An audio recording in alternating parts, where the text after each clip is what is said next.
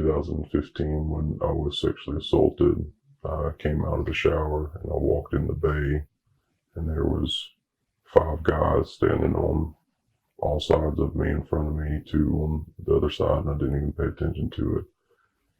But there was a whole room full of people, and when my assault took place, not one of them intervened. My company knew what happened.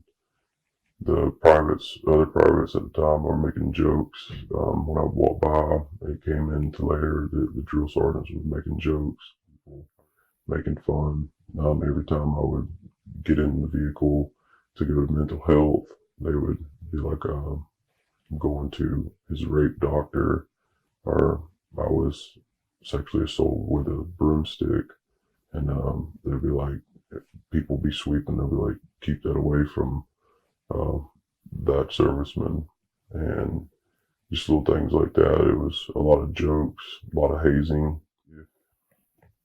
If you've seen somebody come back from Iraq, Afghanistan, and they had like one limb missing, like a leg or an arm, and somebody was making fun of them, you would have a bunch of soldiers jump on them and start defending that soldier who was wounded. But in this case, being mentally hurt and emotionally, people thought it was fun to jump on it and beat you while you're down and fix my perspective of the unit. I didn't trust anybody from E1 to general.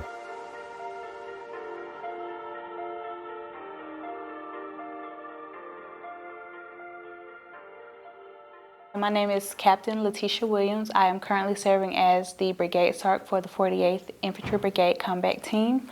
I have actively been involved with 4 cases, and I have managed over 20 cases within the SHARP program. The SHARP program is the resources that are provided to victims of sexual assault.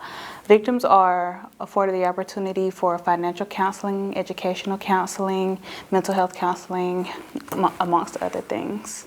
Some advice that I would give to a victim is make sure you know who your victim advocates are. Go to your victim advocates. They are your first line of support. They will explain to you your rights and the resources that are available. They will let you know they'll give you the options and explain to you what the restricted cases are, the unrestricted cases, and give you the opportunity to choose which route you want to go, as opposed to going straight to your leadership. Because if you go to your leadership, then you pretty much take away some of your rights regarding the reporting aspects.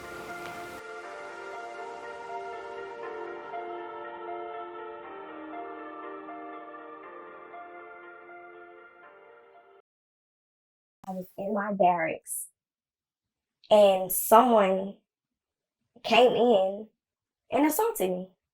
Like, that's the last place you expect for anything to happen. Because barracks they have cameras and we're on lockdown.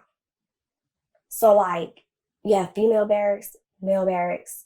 I don't understand why this person was able to come into my barracks and at an odd hour at that, even, and assault me. I ran from the military for a whole year. I did. I completely lost my mind. I didn't know who to trust anymore. I didn't want to trust the military. The SHARP trainers or SHARP personnel involved with me were very supportive, but they were the only supportive people. These weren't the people that recruited me. These weren't the people that trained me. These weren't my commanders while I was on duty, the people that were supposed to be protecting me. To me, it felt like the SHARP personnel were doing their jobs. To have someone try to make me feel like I mattered, or my life, to make my life feel like it mattered, made me want to do something.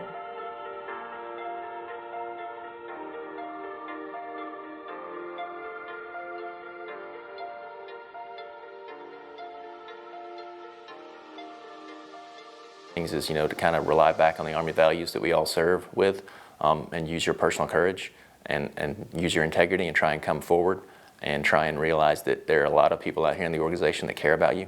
It may have been someone that was in the organization that did that heinous act to you, but you got to realize that just because that one person did something that was terrible to you doesn't mean that the entire organization doesn't care a whole lot about you, and you need to be strong enough to come forward to try and prevent something like that from happening to somebody else in the future.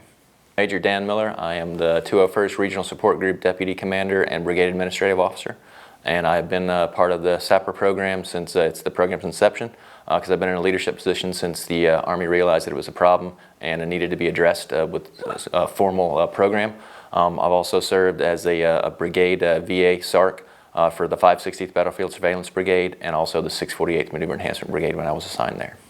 I think until the problem is rooted out, I think it's a cancer that's in the formation. It's a cancer that's in our society. Until that problem is rooted out and we've realized that we don't need to be treating people that way, then we do need to continue to train on it, and we need to continue to make sure that we hold people that are doing the wrong behavior accountable and get them out of our formations. It's important for junior soldiers to know that leaders care about them, that if something does happen to them, then the military is going to try and their best to take care of them. And I do think it's also important just as a society as a whole.